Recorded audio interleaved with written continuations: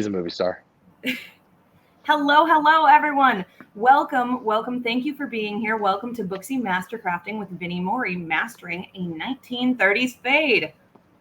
So I'm going to turn it right over to you. So tell us a little bit about yourself. Tell us about this cut and why everyone should be so excited about this particular cut, especially as we go into, hat weather. Sounds good. Okay, so my name is Vinnie Morey. I'm the owner of the Proper Barbershops, and I have owned them since 2009. Originally started in Hollywood, California. Now I have thrice locations, which is a nightmare. But Booksy makes it so much easier, so I'm very thankful to now be working with this beautiful company, Booksy. I've been licensed going on 17 years now, and I am very, very excited because my truest of passions is the classic haircutting style. I don't believe in kind of locking into any one certain way to cut hair. Sorry, Tim. But I really do love the classics. I do love the traditional aspect of hair. That's the way I was raised in the barbering world, and that's my bread and butter and kind of my fallback, which is one of my favorite things because I think so many people love the idea of traditional but don't really know the actual ins and outs. That is my passion, is to show the true ins and outs. And especially now, like Julia said, we are going into hat weather, and the 1930s showed us how to do really cool haircuts that are meant to be worn under hats and then easily combed and styled afterwards. So I'm very excited about that. I'm very excited to have my great model, Tim, here. Tim is one of my favorite haircuts that I do. So anytime I can use him, I try to use him and patronize him best as possible because he's got such cool hair and such a great aesthetic. So I really love to work with Tim's hair. It's awesome. Beauteous. Well, and as Vinnie said, I'm Julia. I'm here on behalf of Booksy. And for today's webinar, I'm going to be functioning as the moderator. So for people in this webinar platform, hi, Katie in Chicago. Everyone will see Katie in Chicago just said hi in that chat function. That's where you can put any comments, any questions that you have as we go along. And I'll sort of pop in and more hellos from Chi-Town. Very, very nice. And then as we go along, I'll be chiming in and making sure that the guys see those comments. And I'll let you know some things about Booksy along the way. And then at the end, I'll be reminding Vinnie about picking a winner for our Booksy merch giveaway that we are going to do at the end of today's event. So like this Booksy merch. Rather like that merch indeed. We do happen to be going into sweater weather. Yeah. Also, in this month of October, we are running the switch to better booking with our Booksy campaign, which means that you are getting 3 months of Booksy for $1. That is a huge promotion that we're running. Myself being a Booksy ambassador, I heavily believe in our platform. I've seen the boost feature. I've seen how it's packed younger barbers' chairs because everyone in my shops all does use Booksy. And we are using the review system, the social post creators. All these things that Booksy has created are now being able to allow you to make money while you're not even behind the chair. It's having a personal assistant that handles your books, your phone, your messaging without you having to do anything. For me, this was one of the biggest reasons that I did jump over to Booksy from my last platform. So I'm really excited to tell you guys about that, especially running this promotion right now. 3 months, $1. Switch to better booksing with Booksy. That was beautiful. It was commercial worthy right there. Thank you so much for saying that. And since you have, I have just dropped that in the chat for everyone. So if you are interested in what Vinnie was just talking about with that switch to better booking promotion, you can find the link right there in the chat. And now let's jump right in. And while you start, let's see. Thaddeus says, tell Tim I say hi. So hi, Tim, from Thaddeus. Thaddeus says hello to you, Tim. Thaddeus. Yes. I like Thaddeus. Thaddeus is a good dude. I don't know if you know Thaddeus, but he knows you. Do you follow Tim's OnlyFans? I'm kidding. Okay. Just kidding. We can drop those links at the end, I think. So the way that I teach, just for the Booksy community, for the hair community, this is a class for everybody. This is not the way to do hair. This is the way that I do hair. Should you like the way that I do hair and should you want to steal things, that is my hope, because that's what we all do. We are all here to share knowledge and to kind of collaborate with each other in order to add some more skills to your repertoire that could allow you to upcharge for your services, that could put more money into your pockets, which is exactly why we want to do such awesome things like these webinars. Also, I want to say before we even jump into it is a huge thank you to anybody and everybody watching, especially on your day off. You could do anything, and the fact that you're choosing to invest into your craft and to give me your time, it actually does mean quite a bit to me. I am no longer a social media person. I have dealt with the negative side. I got hacked. I don't have it. But what I do truly care about is this industry, and I care about cutting hair. So for me, this is all for you guys. So whatever you guys want to learn, if I'm using terminology that doesn't make sense, throw it in the chat. Julia is going to help me out and kind of be able to convey everything that's happening. And I want to answer any and every question for you guys. So again, thank you so much for choosing to spend this next hour with me, or 50 minutes or whatever we have left. It really does mean a lot to me, because the future of our industry depends on our education, furthering our education, pushing the boundaries, adding to our skill sets, and taking care of our community. Because as cool as social media is, and as cool as those posts may look and those neato haircuts, the people that matter are the people that come and sit in our chair every single day, and the people that help fill those chairs, like Booksy, putting this on, giving back to the community. That shows a community that cares about each other. There's so much negativity all the time. And if you've been to a barber show, if you've been to a hair show, if you've seen a competition, you see those people in the crowd that sit there and like, I could do that. But they don't. They just sit back and they talk. I am not a huge fan of that. I'm a huge fan of promotion and positivity. So to everybody that did choose to join today, thank you so much for your time. Thank you for coming, and let's just collaborate. Let's make this something that we can all kind of do together. So for me, I am going to start by wetting down the top of the hair. I'm going to kind of start to push it towards the style that we like. And the 1930s style, and I emphasize the actual years because there's a lot of differential. Let Julia know in the chat if you guys want a quick barber history as to why each decade is a little different. I can explain that. If you don't want to know it, I can run right over it. It's not for everybody. I love it, but if you guys want a history, let them know in the chat and we'll just jump into there. Otherwise, I'll get started on technique. So it's kind of up to you guys if you want to hear it or not. So we'll give everybody a moment to just chime that in the chat if they want. And then in the meantime, let's see. David says, hi from Melrose Park. Richard says, good morning, ladies and gentlemen, from Barber Rich in New Mexico. Richard's working, He wants you to know. So Richard's here, even working. That's awesome. Richard says, please explain. Thaddeus agrees. Big Yams says, tell Vinny I need a kiss. So Big Yams is sending you a digital kiss across the webinar. I love you, Yammy. Yeah, hey, guys, I actually want you guys to know this cool story. Yams is a Booksy ambassador as well out in New Jersey, and he was actually just at my house over the weekend. He was out here on the West Coast, and we got to hang and we got to talk about the industry. He got a haircut for me, came and kicked it at my house. We had a lovely ice cream sundae together. But that's what this is about, is collaborating. So anybody who's in California, hit me up, please. I'll happily give out my phone number. Anybody that wants to collaborate, that's what this is about. So love you, Yams. Barber Rich in New Mexico. One of my all-time favorite barbers is out there, Barber Feezy. If you don't know him, get familiar because he's phenomenal and unbelievable technician. So hello to New Mexico. So we do want the history. Is that what I'm hearing? That's what I'm hearing. Yes, lots and lots of yeses. Okay, cool. I'll try to give an abridged version because that's a whole other class. But I am a classically trained cosmetologist. I came from Vidal Sassoon. When I finished my schooling at Vidal Sassoon, I got picked up on a contract with them, and I assisted through the company and then worked for the company as a cosmetologist. And my assistantship, I actually got to apprentice the man Vidal Sassoon himself. He doesn't do hair anymore at that point. He long retired, but I got to accompany him by carrying his suitcases, making him coffee, doing all the little things to help him. The biggest thing was I got to listen to him explain hair and his theory on hair and how he shaped what we do now, because he shaped so much of the modern understanding of shape and structure and layering and graduation.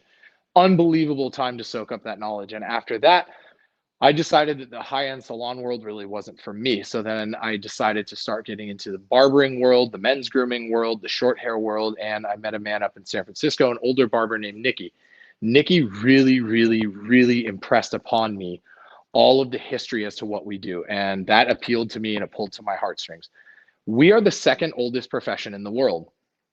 Everybody always asks, what's the first oldest? It's prostitution. Not a joke. Totally is. I'm just letting you know that barbering and doctoring was the second oldest profession that we have documented in our history.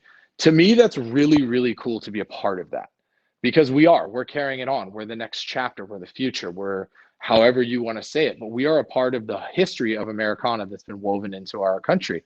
And that's really super important to me. The haircutting styles have been determined by so much over the years, especially historically. In the 1900s, we really didn't have a lot of the modern tools that we have now, obviously. And as we started to see the turn of the 19th century, more tools were starting to be evolved. We saw the straight scissors, we saw the straight razor, which was always one of our crudest elementary tools. And then we saw the hand clippers, and the hand clippers really changed the game for us. In the 1920s, we had a lot of really long, very combable styles. The biggest deal was to make sure that your hair looked really, really cool once you took off your hat and entered a room. Anytime you sat at a table, any type of public event, what you did was you had your hat on, and then it was proper to take your hat off and then to run the comb through your hair so that you had these big, beautiful, long styled haircuts. And that length really attributed to the fact that we didn't have the hand clipper or the modern hand clipper, and we hadn't really started to understand any kind of a scissor over comb technique. So it was beautiful outlines on longer shapes. The 30s, when the Great Depression hit, and then the beginning of World War II, at the end of the 30s, really, really started to show us shorter styles. This is one of my favorite eras. If anyone saw Mad Men, super wrong. If anyone saw Peaky Blinders, totally off. That's why I can't watch these shows. It's like a cop watching a cop show. He's like, that would never happen. I can't stand that guy, so I just don't watch the shows. But now what I've really started to realize is how much of this economics played into it. As we hit the Great Depression, people didn't have money, so they needed to cut their hair much shorter underneath the hat so that it could last for longer, so that they didn't have to patronize the barber all the time. Barbershops were community hubs. They also carried hats, combs, styling aids, mustache waxes, all these things to help you look groomed, even if you weren't patronizing the actual barber itself. So in the 1930s, we saw these very, very tight shapes starting to come underneath. But then they had this gorgeous connection that was a heavy weighted blend that would sit right around where a hat would sit. So when the hat was on, you had these beautifully clean, tapered out sides and edges. And then once you took the hat off, this big, beautiful style revealed itself. Comb was still there. Everything sat perfectly flush underneath the hat. Once we hit the 1940s, we had a huge military influence, especially because of the end of World War II happening in the mid-40s. Everybody was very pro-America. Rosie the Riveter was huge. These are the things where we started to see mid-fades, and they started creeping up into those high and tight military styles.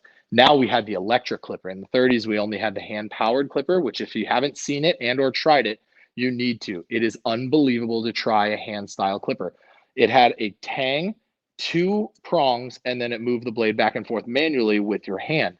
And trying to do that without ripping your client's hair out, unbelievable. So those kind of skills was something that was really, really impressive back in the day.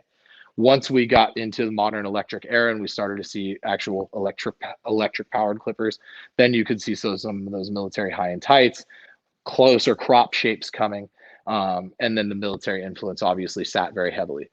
After that, we had the 50s, which started to give us kind of some big band era. We started to see a lot of texture where we had curls, we had Elvis Presley, we had, doo-wop, all these things that really influenced art and culture came through into the hair. Started to see the front curls, the little Jerry, the crybabies with the Johnny Depps and things of that nature. That stuff was super, super cool. Loved it so much, but it was a big mix of a lower fade and a bunch of hair built up top. So very shape driven, very heavily textured and styled. Super awesome time. 60s, free love, Woodstock, hair started to get really long. Barbers fell more to the wayside, where a stylist started to step up into the limelight for the grooming side of it. And then you had the 70s where the barber died completely. We had shags, we had mullets, we had crops. It was a very long length male hair, or I guess long form hair, I should say. I'm not too sure if I'm allowed to say male or not anymore. I'm sorry if I offend you. That is not my intention. But in those times, men were letting their hair grow out much longer. It was a lot of layers, a lot of shagginess, and a lot of length. Wasn't until around the late 80s and early 90s with the birth of hip hop that we started to see the urban barbershops come back. And it was heavily based out of New York. Community hubs, sports, Muhammad Ali, all these athletes that are going and being photographed in their barber's chair because of how much the community meant to them. And then we started to see these big, beautiful shapes of the Gumbies, the flat tops, the bi-levels, the tri-levels. Then you started to see the influence of hip hop with Run DMC, with Juice, with Tupac, all these movies that are starting to come out in the late 90s.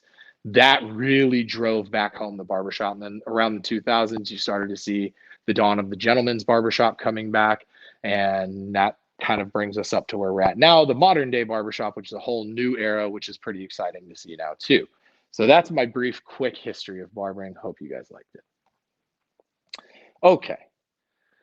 I'm going to get started for you guys. Man, I wore a black t-shirt and he has dark hair. I'm so sorry. You can't really see that well. So I'm going to try to stand to the side a bit and let the hair shine through. I personally love to start my haircuts on the top. The way that I understand hair makes it easier for me to do starting at the top because of how much we have a silhouette base for short form haircuts. The silhouette is one of the biggest things that plays into the finished style.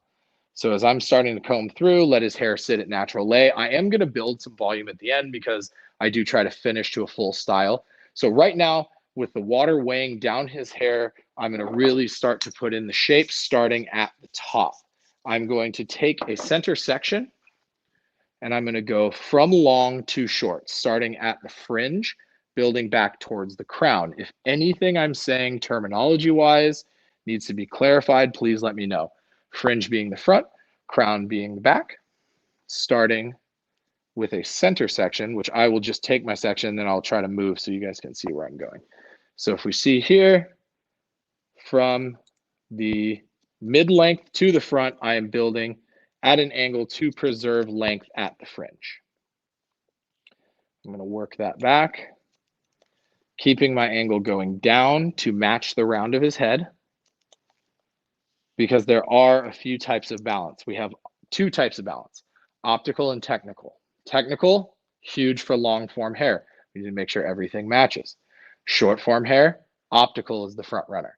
We have to make sure that everything looks balanced. Although his haircut will be asymmetrical in the respect that he does wear a parting, so it will be longer at the side of the parting to encourage the hair to lay over against the parting.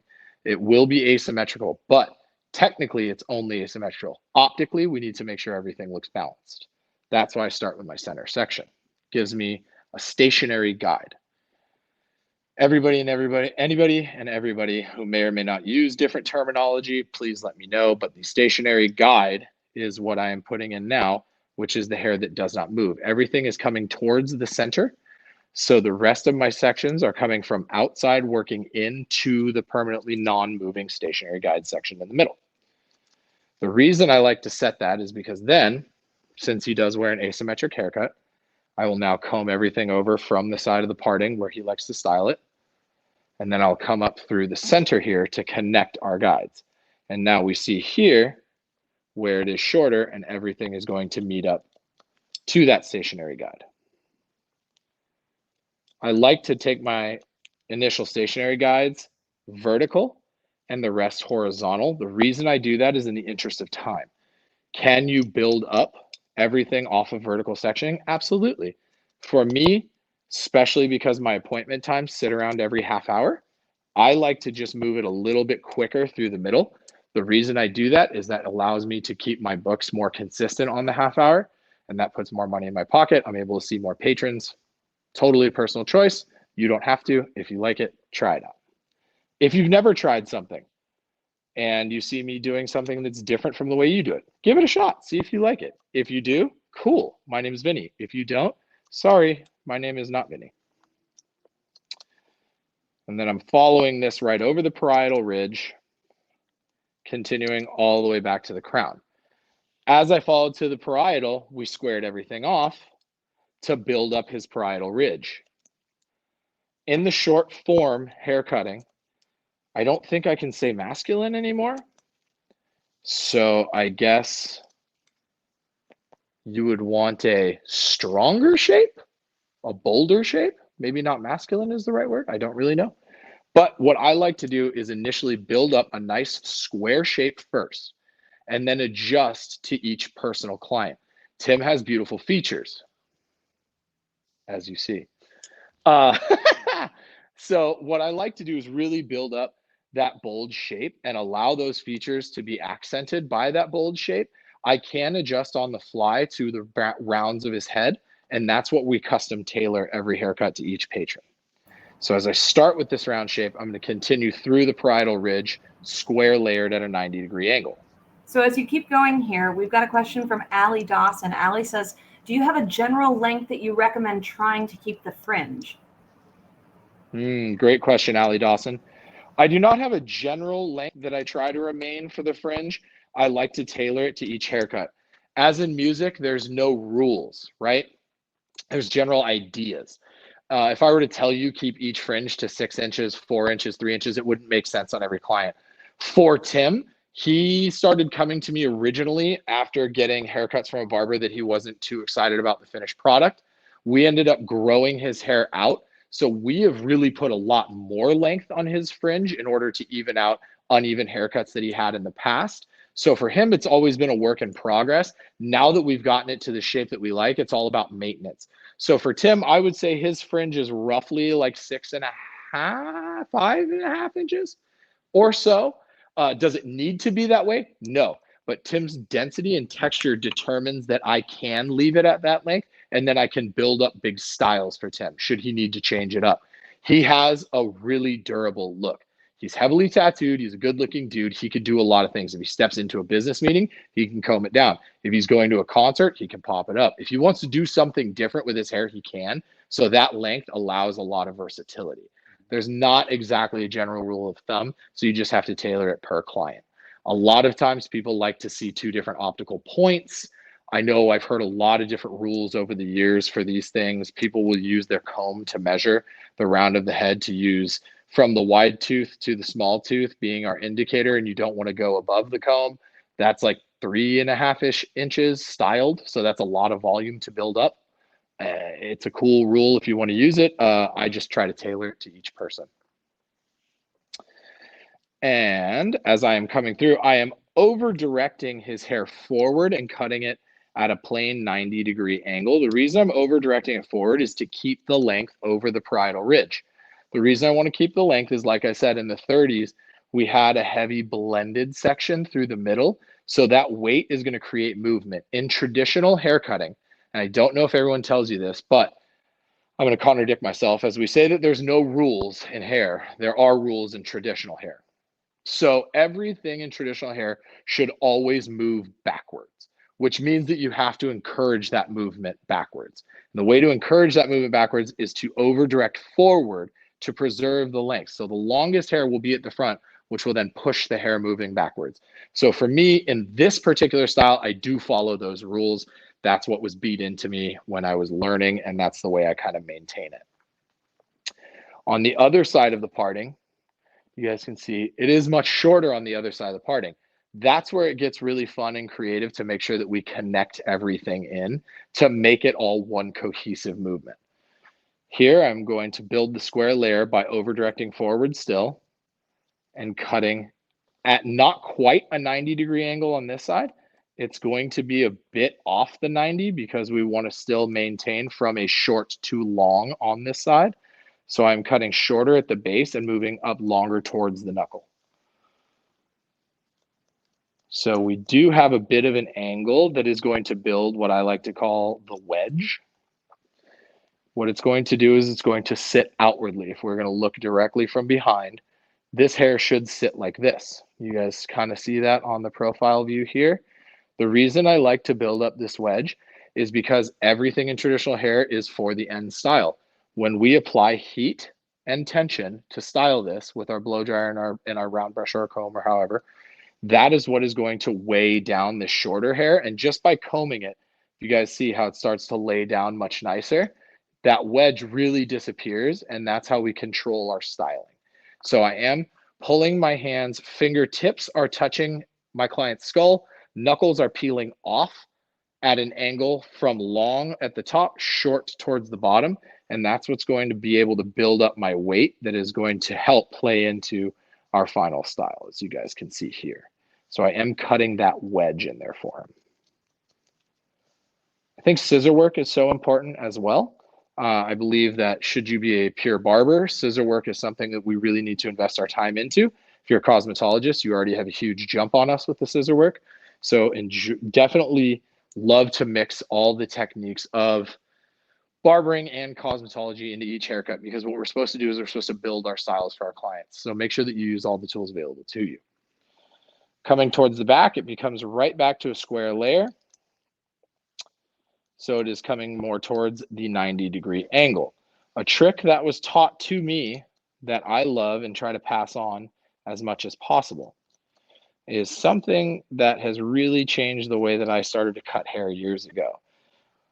One tiny caveat, the way I teach is very personal story driven, sorry. But one thing that I would like to say is a lot of times I attend a ton of education classes, tours, shows, I do all of that. And I watch people give half hints or half helps. I don't believe in that. I don't believe in setting somebody up for failure. I think that if you know a trick that's going to make another stylist or barber's life easier, you should tell it to them. You should give out all the information that you can, because it's not going to damage you and it's not going to take clients away from you. All it's going to do is elevate the industry. If the person next to you works equally as good or better than you, then that creates that healthy competition where you need to rise to their level, they need to rise to your level, but then everybody is rising congruently together. And I think that that's how we elevate our industry. That's how we charge more nationwide. That's how we put more money in our pockets, take care of our families. These are really important things to me. So it goes further than just the haircut. One of the tips that was taught to me many years ago is that our client's head doesn't change. If you need your angle to stay consistent all the way around, what I like to do is base my wrist and hand on my client's head. No matter where his head goes, my angle stays the same. If you work dominant or non-dominant side, I always try to work my non-dominant side first. Being right-handed, that goes to the left. So instead of trying to, here, sorry, Tim, I'm gonna make you sick here by spinning you. Okay. So instead of trying to come around and palm cut, palm to palm, I think it's a bit easier to just stay at your natural side, turn the chair, face your client, and then base off of his head. So then that way I no longer have a non-dominant side. I'm able to work the same on each side of the head, which allows me to consistently cut the same way. And then I can repeat what my clients have come to enjoy about my haircuts. That's one of the biggest, most, I guess, client attracting things is our consistency. Making sure that we are able to consistently give our clients the product that they have come to expect from us, which is why they come to us. That was one of my hardest parts about working in the salon industry. A lady would tell her friend, oh my gosh, I have this great hair person across town, and they'll spend twice the money in gas, pay a higher price because their friend said that person was better. Whether or not that's true becomes relative to the person. In the barbering world, I've noticed that people are very, very loyal. Once they find the haircut that they like, they can be repeated, they never go anywhere. Consistency is super, super key. Tim gets to hear all this being my model, so he gets all the inside scoop. So he just is like, oh man, I can hustle Vinny. It's like, I don't need to pay that fool. I know his tricks. I'll just be his model. No, I'm just kidding. All right, so now that I'm getting to where I like where the scissor work is sitting, I'm going to get into my clipper work.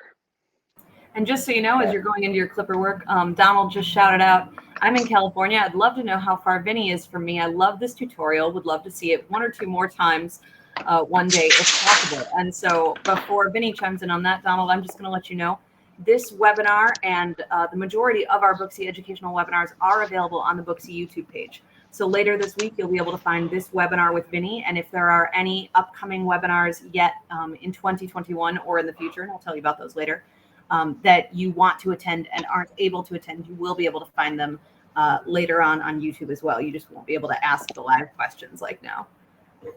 So just so you know, Vinny, you've got some fans here in the chat. This is great.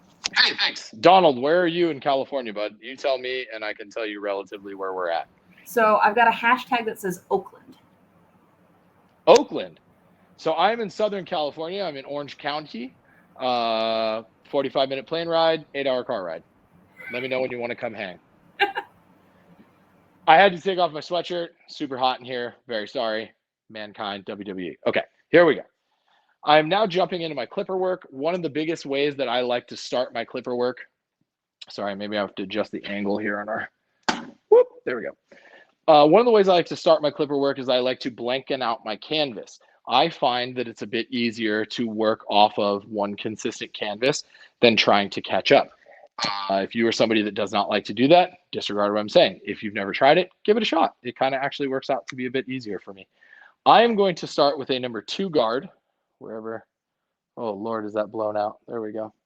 Number 2 guard with my tension arm depressed all the way down, elongating the blade to its highest point, preserving the most length, and I'm going to use a C-scoop motion. The C-scoop motion is a bit of a rocking motion. Excuse me, I'm blessed. Okay, sorry, allergies. The C-scoop motion is a bit of a rocking motion. The reason I like to use the C-scoop is because we are going to have a clipper over comb transition point right here underneath this parietal ridge. I want to leave length for that transition that I can work out clipper over comb to adjust to my style.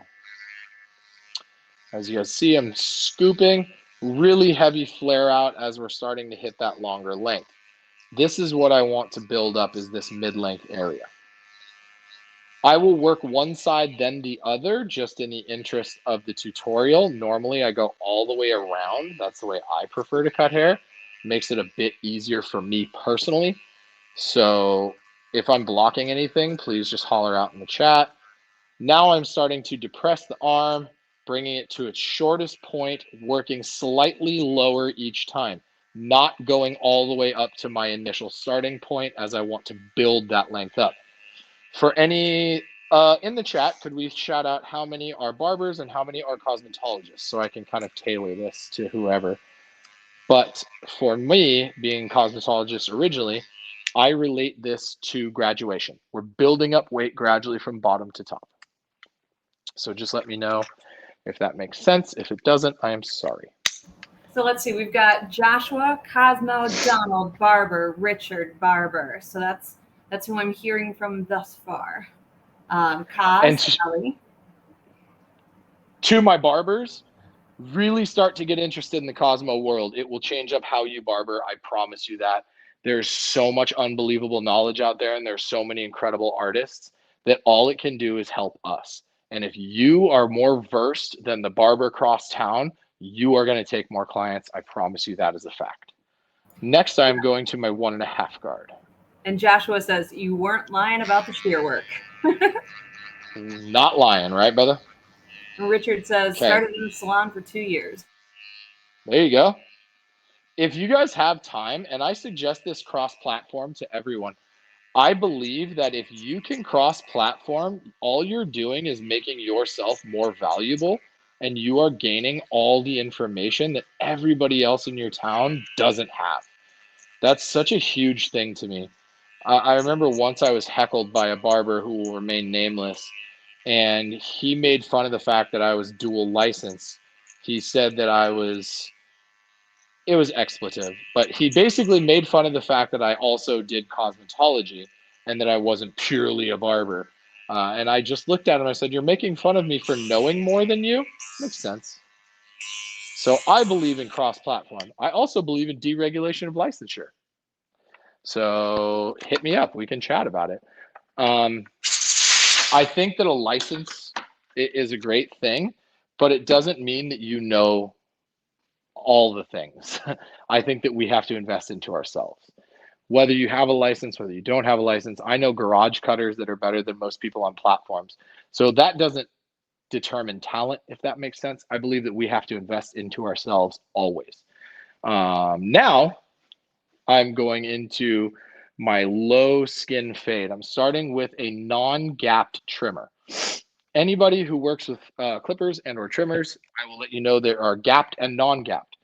And what that means is coming straight out of the box, they are set, don't want to matrix too much. They are set to have a tiny lip, if you can see behind it, from the stationary blade to the cutting blade. That tiny lip can be closed down. I leave one that is not closed down, and then I switch and have one that is closed down, all the way as tight as possible. This will get down to a razor's length. If you put a line in with this, it becomes a lot harder to work out, which is why I have a non-gap that is not harder to work out. So I'm going to start with my non-gap blade, and I'm going to tap in a line. As I start to set my line, I'm following it down, as you guys see. Starts a little bit higher at his temple recession and goes a little bit lower and dips down towards the back. Again, the reason we do this is to encourage movement, even when his hair is static. Now I'm going to take gapped clippers. I'm going to come underneath and clean all of this off. And Joshua said, as you were in the midst of that explanation, why do you bald with a non-zero gap? And so, Joshua, if you didn't feel that was then explained with the rest of what Vinnie said, let us know. I do bald with zero gapped. I don't put a line in with zero gapped. I put the line in with the non-zero gapped, and I bald with zero gapped. Great question. That's exactly why I do it. This is tighter underneath the line, which is not as tight, so it becomes less work to take out a line. Also, to any and every cosmetologist that is scared of skin fading or that can't do skin fades because they can't use a razor or whatnot, I think that everybody needs to invest in a box shaver. Obviously, I work for Babyliss. Every tool you're going to see is a Babyliss tool. This is a box shaver. This will get as short as a razor blade, plus it is hypoallergenic. You do not need to have a barber's license to use this. This is the cheat code. This is the hack. If you want to do skin fades as a cosmetologist and you don't want to go through the hours to get to use a razor blade, take $100, buy yourself one of these. This uses it just like a razor. Come in with my box shaver underneath, and I'm going to take all the stubble off and go all the way down to smooth skin. If you could touch Tim like I can touch Tim, you would feel how smooth his skin is. Right, Tim? I just wanted to say I touched Tim. I don't know. That was fun. And while this is going on, just big shout out to Tim for being willing to be in the chair while Vinny's behind the chair. Thank you so much for that. They just shouted you out, Tim. How great you are. Tim is great. Great human being. Great head of hair. Next, I'm going to start with a zero guard, no guard, with my tension arm all the way down, elongating the blade all the way to its longest point. Also going to still use my C-scoop motion, just in a bit of a shorter parameter of area.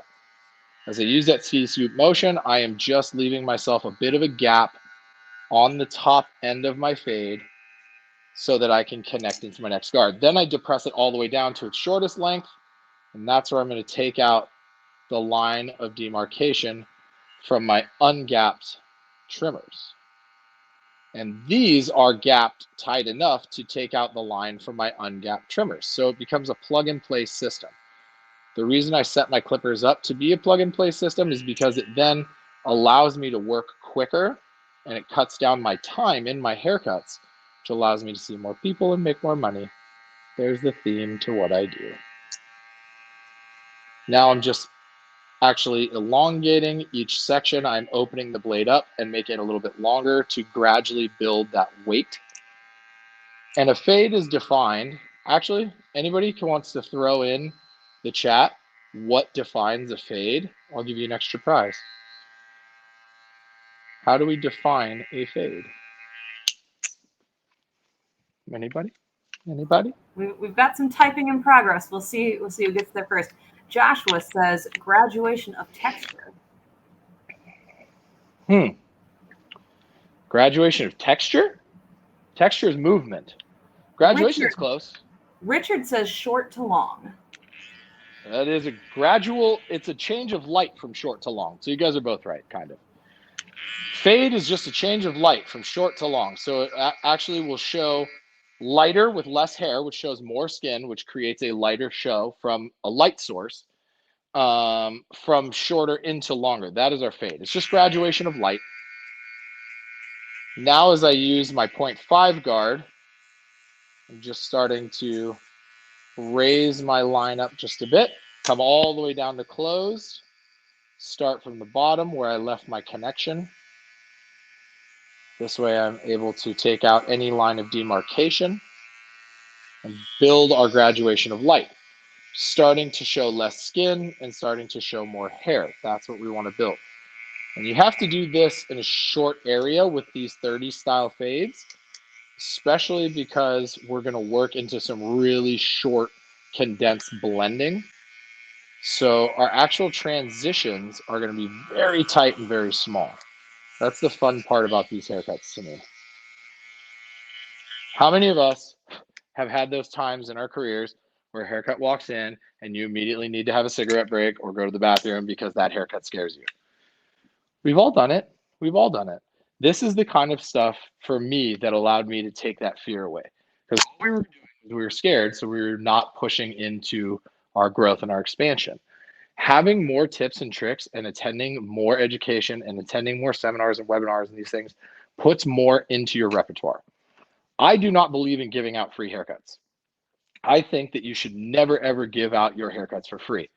That being said, when it is your off day, when it is after work, when it is before work, and you have a friend or a family member or somebody that has hair that really trusts you, that's a beautiful opportunity to allow yourself to invest by giving away your service for free to try something new.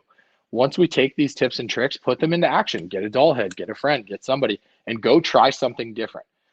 Everybody forgets the beauty of Cosmo School or Barber School is you could screw up and someone was there to help you. That's what we do now. If you screw up, someone's there to help you, or you can always take it shorter. Next, I'm going into my number 1 guard, and I'm going to make this connection into our 1.5. After this 1.5, or after this 1 guard connects into the 1.5, I'll be done with my guard system, and I will then be clipper over combing. But I will do the other side of this haircut first to show the connections. Working down from long to short, connecting all of this beautiful length into short, short, short sides. So now here's a question from me. When you go over to that other side, is this fade going to take the same progression even on the heavier side with the part being how it is for a 1930s fade? Great question, and absolutely. What? I will say, in regard to the Cosmo Barber thing, that having both of you being dual licensed, I think adds another dimension to the haircut for me in terms of my ability to style it and in terms of the way to utilize the length of hair to create a better, more versatile style, as you were saying earlier. Interesting. That's really cool. So for anybody that couldn't hear that, Tim was saying, in regards to the barber cosmetology dual license, the more you know type thing, he said it adds a lot more versatility to him because he is now learning how to style his hair at home. He's able to take up some education from the things that we teach him, because if we're not educating our clients on how to best showcase our work, then we're doing ourselves a disservice. You have the coolest business card in the world, but when Tim's at the gas station at 7 in the morning, his hair still looks slick from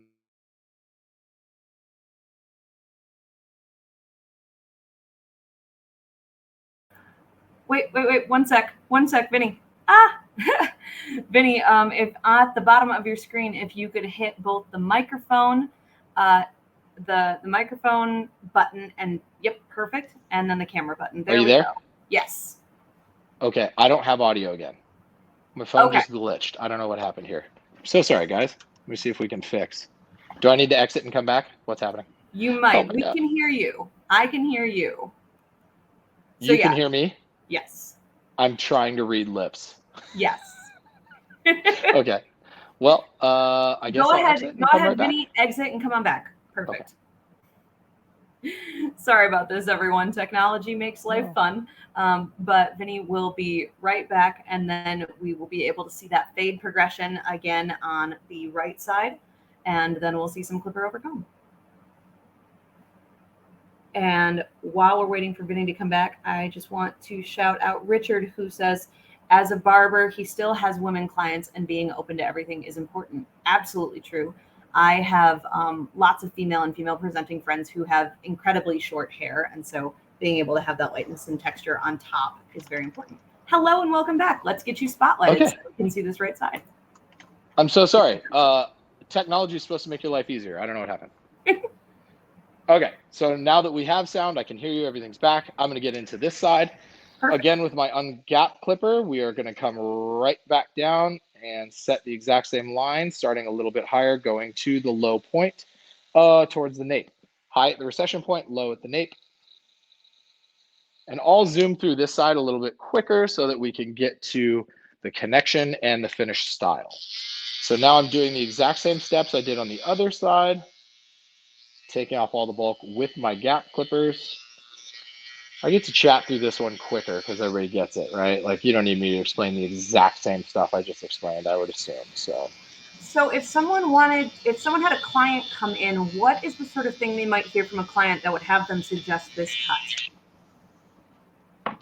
They'll hear trigger words like traditional, Ivy League, gentleman's, proper. These are all things that really are what our consumers have come to know, we have to then become our detectives, right? Because you know what, guys? Group therapy, real quick. How many of us have heard terms in the shop that somebody obviously heard somewhere else, in another salon, and no one knows what it means? Because I'll tell you this, I have been licensed for almost 17 years, and every time I ever heard the term feathered, I have no idea what that means. Obviously, I know they mean layered, but like, what? Feathering isn't a real term. That makes no sense to me. I think it's so silly. So we have to use a lot of our client consultation time to tease out what that person actually wants, what it is that they're actually looking for. How many people will bring in a picture and say, I want to look like this? I'll never forget. I had one guy who brought me a picture of Leonardo DiCaprio. He was 5'6", Mexican, and about 228 pounds. Very rotund little gentleman. And he said he wanted to look like Leo DiCaprio. Okay, let's wrangle them into the realm of possibility here and figure out exactly what they mean. That picture, what do you like about it? Okay, you like the style of the haircut. Cool, we can give you a style that looks like something similar to that, but fits your body and life. I can't make you look like Leo DiCaprio, homeboy. I can just do hair. The rest of that, we have to tease out. And 90% of the time, people like the element of a picture that makes them feel cool. They like it because it's Leo. They like it because it's a black and white photo. They like it because the guy's smoking. So we have to kind of be detectives there and really tease out what people are looking for. I'm getting into my no guard very, very quickly. I'm going to slam through this. Tim can also attest. I actually am a bit of a faster hair cutter. So he gets to sit here for like an hour on these days and just chill because I really, normally it's, like I said, half hour in and out. Get it done. But he gets to listen to all this fun stuff. Tim's like an amateur barber now. You could probably rock out a haircut at this point now. I can. You've done enough of these for me. Remember, I told you that. Yeah, absolutely. And I'm working from my shortest length to my longest length again. And then we're going to start to connect the dots. That's my favorite part. One fun fact about me, I have never in my career used a pair of thinning shears. I was taught by my mentor, but also soon, that the thinning shear is an imperfect tool that will create an imperfect result. So for me, I always use straight blades. So my connections, whenever I'm coming through, end up being with scissor overcomb or clipper overcomb. And that to me is the most perfect connection tool for the simple fact, well, I have to show you, but for the simple fact that scissors were made perfectly, clippers were made perfectly. So what they did on a thinning shear was they took a perfectly engineered CNC'd cut blade and just put notches in it. And to me, but also soon made it make sense to me that you could never create a haircut with those. I've lived off that principle forever. I'm not saying it's wrong to use. I'm just saying that I am not good enough to recreate a haircut with an imperfect tool. So for me, I like to use technique based rather than tool based. I don't believe that the tool makes the barber unless it's a Babyliss tool, then it totally does. Sorry, shameless plug. I am a Babyliss educator. I only use Babyliss. I love them. But for me, I just do not understand the ways that people are able to try to make connections with a thinning shear and then try to replicate that connection the same way on the next haircut. That's a very difficult task, and it's a very hard thing to ask a barber or a stylist to do. I know so many young stylists and barbers that got hot on the thinning shear game right away and like, look, I can blend out anything. But you also can't ever recreate that. So that becomes a little bit difficult. That's where finesse becomes a huge part of what we do. Okay, quick connection to the back here. Would you mind tilting the camera down just a little bit for us? Oh, absolutely. Thank you. Is that better? Lovely. Okay. Maybe just a little bit lower. Sorry, we're missing the very, very bottom. Bounce back up. There. Okay. Get there. Is that better? Yes. Thank you. Okay, now we're just taking all this to bald. As you guys see now from the back straight on, we have a little bit of a horseshoe shape in the back. As you see, it horseshoes a bit here.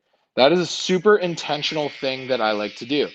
I would like to express this tip to everyone because I think it will really start to set you apart. How many times have you done a beautiful haircut and then the client walks out and you see them in the parking lot and the back of their head looks like a wave? It has that squiggle line or the bat tail effect. The reason is our light source 99% of the time walking around the world is from the sun, which is up top. We have bones in the back of our head called the mastoid process bones. And these bones cast a shadow with a light source from the top. So although your haircut doesn't actually wave, no one would know that because there are these bones creating these shadows. A great way to cheat that is take it shorter over the mastoid process bone to actually kill a shadow. So that shine line would then be nice and smooth and congruent with the back of the hair. That's a little tip that I really love because so many people struggle with that, thinking that they're doing something wrong when in all actuality, it's just a shadow being cast from above. And if we don't compensate for that shadow, then how are we supposed to kill it? You get my phone in my truck? So I hope that helps. Come on in, Nick. One of my apprentices, Nick, is here. He's actually kind of taking this class on his own, but live and in person.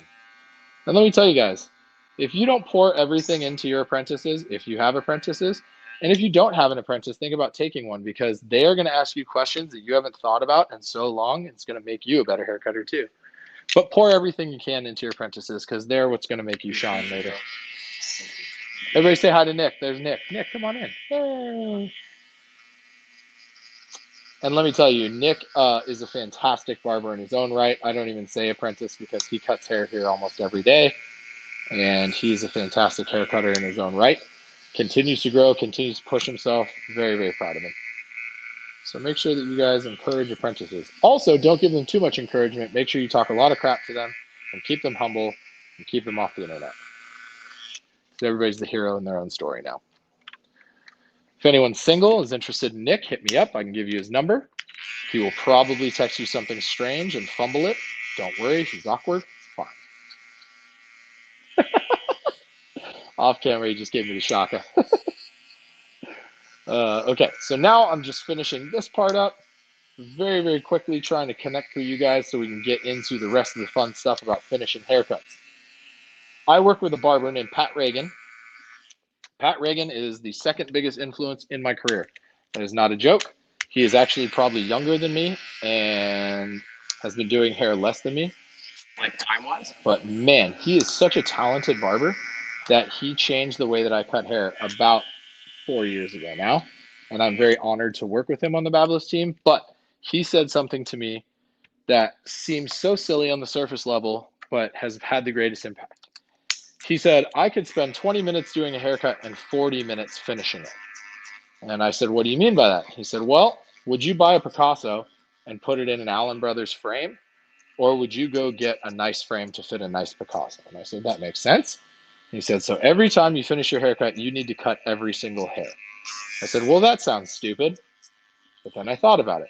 I said, wow, that's actually really impressive. To sit and think about every single hair that you're cutting is a crazy huge feat and task.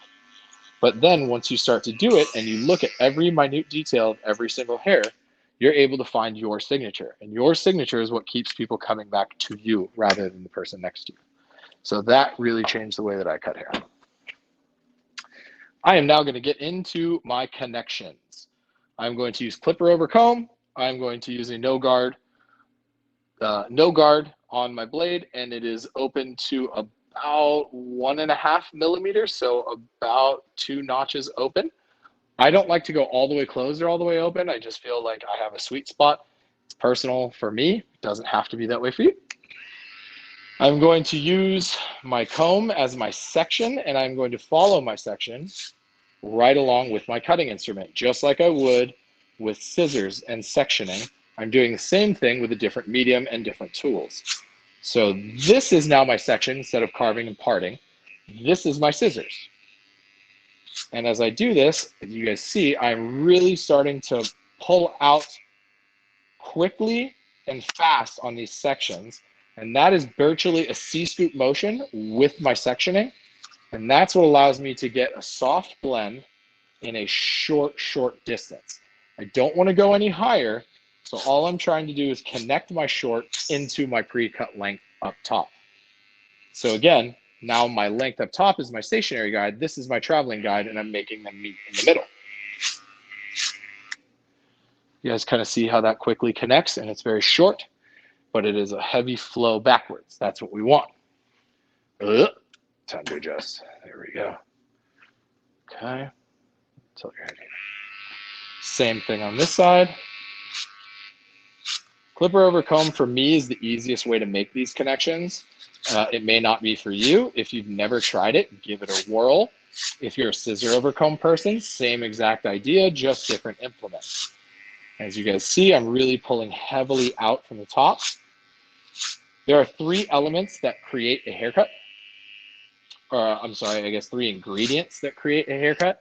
And it is tension, over direction, and elevation, TOE.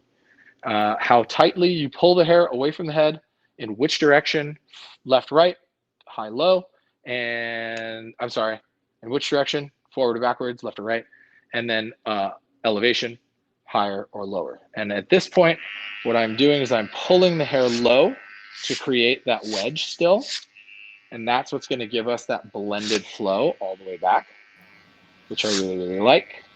And while Vinny is going with this, Joshua, just to answer your question, and then hello to your son from all of us. Vinny, you are correct. Vinny is not on social media right now, but you will be able to find this webinar in its entirety on the Booksy YouTube page. If you search Booksy on YouTube, you will be able to find this webinar later this week. And also for Joshua and everyone in this event, I'm just about to drop a link for you. Because if you are enjoying this webinar, we hope that you will join us next Monday for our next Booksy educational event. Monday, the 25th of October at 2 p.m. Central Time, to clarify, we will be hosting Building a Profit Improvement Plan, and that is with one of our educational partners, Qnity. So you'll be able to learn how to transform your approach to profitability. It helps you break down your business financials in a very visual and actionable way. So just like how Vinny has been talking about the importance of really getting your timing down so that you can really manage your books and manage your clientele and manage your money income, this will be just in time for the holiday season, a perfect webinar for both multi-staffers and independents on really being able to build your profit improvement plan so that you actually know what you're doing going into the holiday season and beyond. And definitely you guys want to patronize any and all webinars, especially something like that. There are too many of us, and we saw it during the pandemic, that put the clippers down and picked up working at FedEx, Amazon, something else, because they didn't have their ducks in a row. There isn't a retirement for us guys. We have to make our own. So definitely take advantage of those. So huge and so important. So many people think, I'm just a barber. I'm just a hairdresser. We're the most sought after thing by Forbes, by landlords. Brick and mortar businesses have gone down. Everyone knows that. We're not going anywhere. So take it seriously, make yourself a brand, invest into yourself. Now I'm going to quickly get into our finishing. I'm going to use my trimmers and I'm going to accentuate the front hairline. I never want to push anything back. We're simply just going to sharpen up what we have here, taking from his natural temporal recession and combing that backwards to just illuminate some of the brow bone features, as you guys see there. Same thing on this side.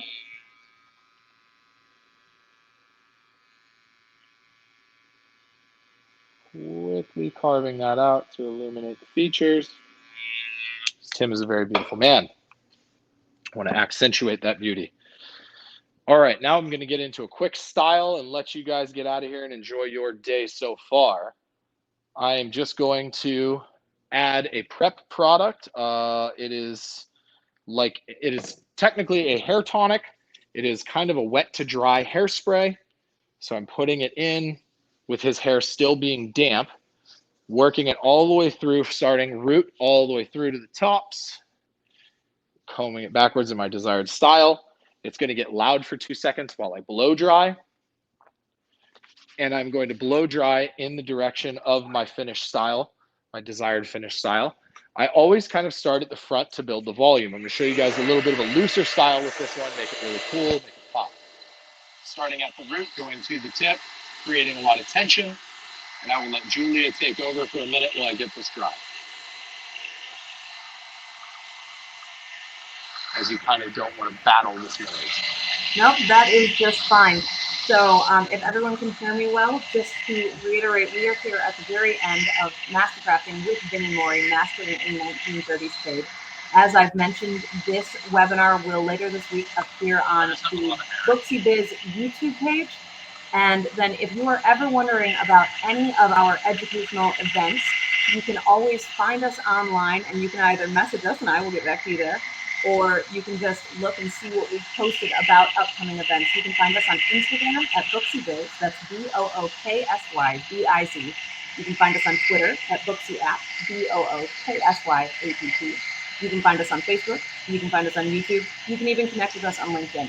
We would love to see everything that you are up to. If you are a Booksy provider, give us a shout out there. Please tag us so that we have a chance to share your work.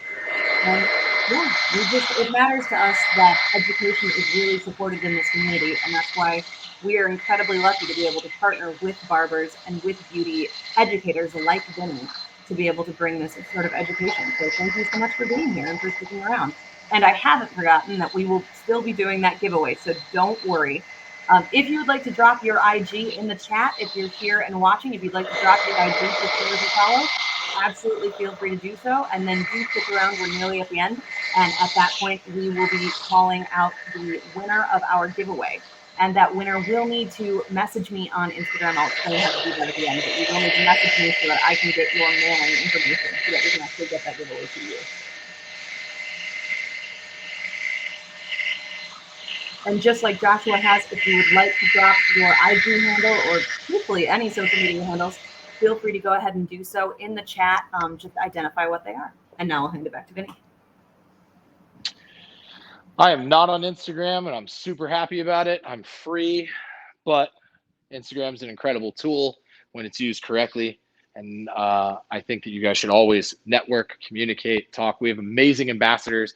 I can personally tell you there's so many ambassadors that will respond to you. They'll help you. It was an ambassador who actually got me connected when I was looking for a new booking service. Shout out Mr. Official, Yak the original, one of the only dudes who I've ever seen do a beard the way that he does it. Super inspirational, super incredible, beautiful artist.